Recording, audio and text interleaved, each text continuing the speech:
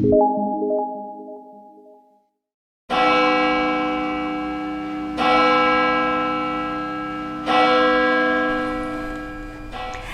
pagi semuanya. Apa kabarnya hari ini? Miss Ivani berharap semua anak-anak K1 dan K2 semuanya dalam keadaan yang baik, dalam keadaan sehat, dan juga dengan hati yang gembira, karena sekarang kita akan mau mulai chapel kita sama-sama. Nah, kita ambil Alkitab kita. Ada nggak Alkitabnya? Kalau sudah ada Alkitabnya, kita buka sama-sama dari Mazmur. Mazmur 95 ayat 6. Kita baca sama-sama ya. Masuklah, marilah kita sujud menyembah, berlutut di hadapan Tuhan yang menjadikan kita. Kita baca satu kali lagi. Dari Mazmur 95 ayat 6. Masuklah, marilah kita sujud menyembah, berlutut di hadapan Tuhan yang menjadikan kita. Yuk anak-anak, kita mulai dengan berdoa. Kita sama-sama mau datang ke hadirat Tuhan, mau lipat tangan, tutup mata, mau menyembah Tuhan dan berdoa sama Tuhan. Selamat pagi Tuhan, selamat pagi Yesus, selamat pagi Roh Kudus. Terima kasih Tuhan kalau hari ini kami bisa punya tubuh yang sehat, bisa dengan hati yang gembira mau memulai hari ini dengan beribadah kepada Tuhan. Tuhan siapkan hati kami mau bernyanyi memuji nama Tuhan. Tuhan pakai suara kami, tubuh kami untuk memuliakan dan menyenangkan hati Tuhan. Kami juga nanti mau mendengar firman Tuhan. Tuhan yang siapkan hati dan telinga kami. Dalam nama Tuhan Yesus, kami sudah berdoa dan mengucap syukur. Amin. Anak-anak sudah siap mau memuji nama Tuhan? Kita mau nyanyikan lagu yang pertama, judulnya adalah I Got Love. Mungkin lagu ini baru untuk anak-anak, tapi dengan semangat, dengan sukacita, kita mau nyanyi dan belajar lagu ini sama-sama.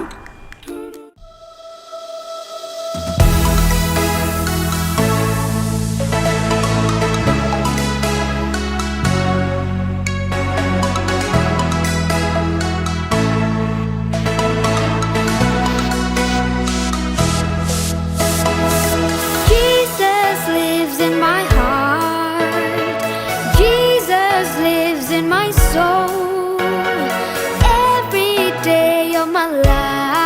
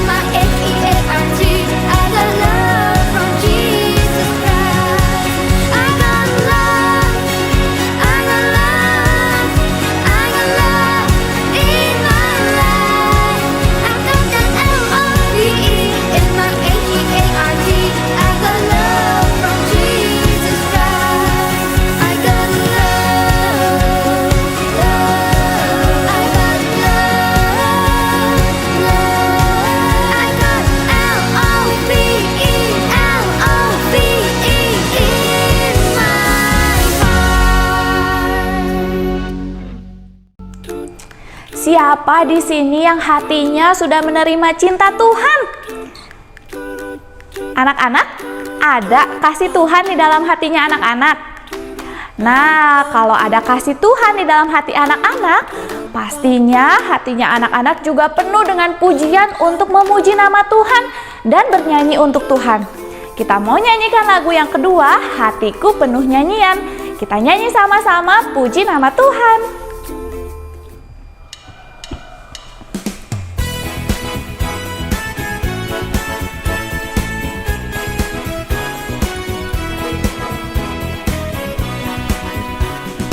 Hatiku penuh nyanyian, hatiku penuh nyanyian, hatiku bernyanyi untuk Raja segala raja. Hatiku penuh nyanyian, hatiku penuh nyanyian, hatiku bernyanyi untuk Raja segala raja. Sembahlah dan pujilah Dia, sembahlah dan pujilah Dia, sembahlah dan pujilah Dia, Raja segala raja. Dialah Raja, Raja, Dialah Tuhan, Tuhan. Namanya Yesus, Yesus, Yesus, Yesus, oh Dialah Raja.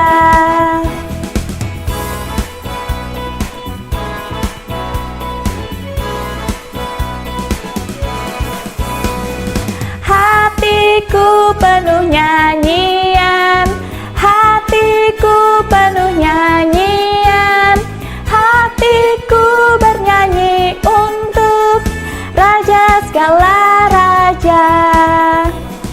Hatiku penuh nyanyian, hatiku penuh nyanyian, hatiku bernyanyi untuk Raja segala raja. Sembahlah dan pujilah Dia, sembahlah dan pujilah Dia, sembahlah dan pujilah Dia, Raja segala raja. Dialah Raja, Raja, Dialah Tuhan, Tuhan. Namanya Yesus, Yesus, Yesus, Yesus, oh Dialah Raja, Dialah Raja, Raja, Dialah Tuhan, Tuhan. Namanya Yesus, Yesus, Yesus, Yesus, oh Dialah Raja. Namanya Yesus, Yesus, Yesus, Yesus, oh Dialah Raja.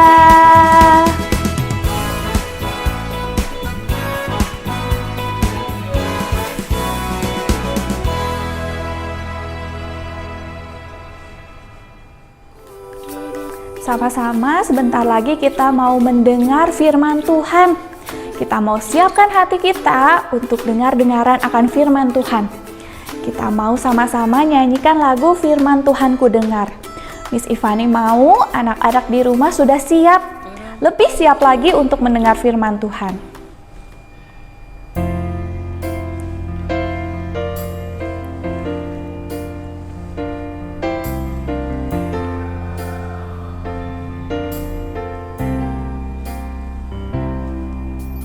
Firman Tuhan ku dengar, ku tanam di hatiku, ku ingin bertumbuh subur berbuah lebat. Yesus tolong padaku.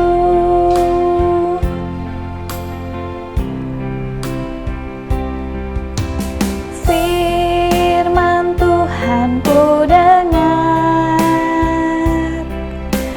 ku tanam di hatiku, ku ingin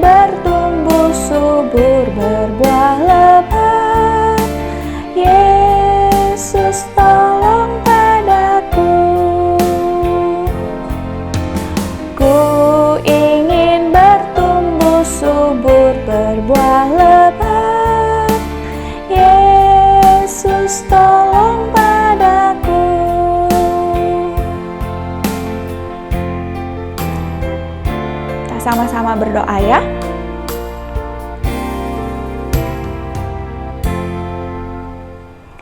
Tuhan Yesus, kami sudah bernyanyi memuji nama Tuhan. Kami mau sebentar lagi dengar-dengaran akan firman Tuhan. Tuhan yang siapkan hati kami, telinga kami, pikiran kami untuk dapat mengerti dan melakukan apa yang Tuhan mau untuk kami lakukan. Tuhan bantu kami supaya kami bisa duduk dengan tenang, dengar-dengaran dengan baik. Dalam nama Tuhan Yesus, kami sudah berdoa dan mengucap syukur. Amin.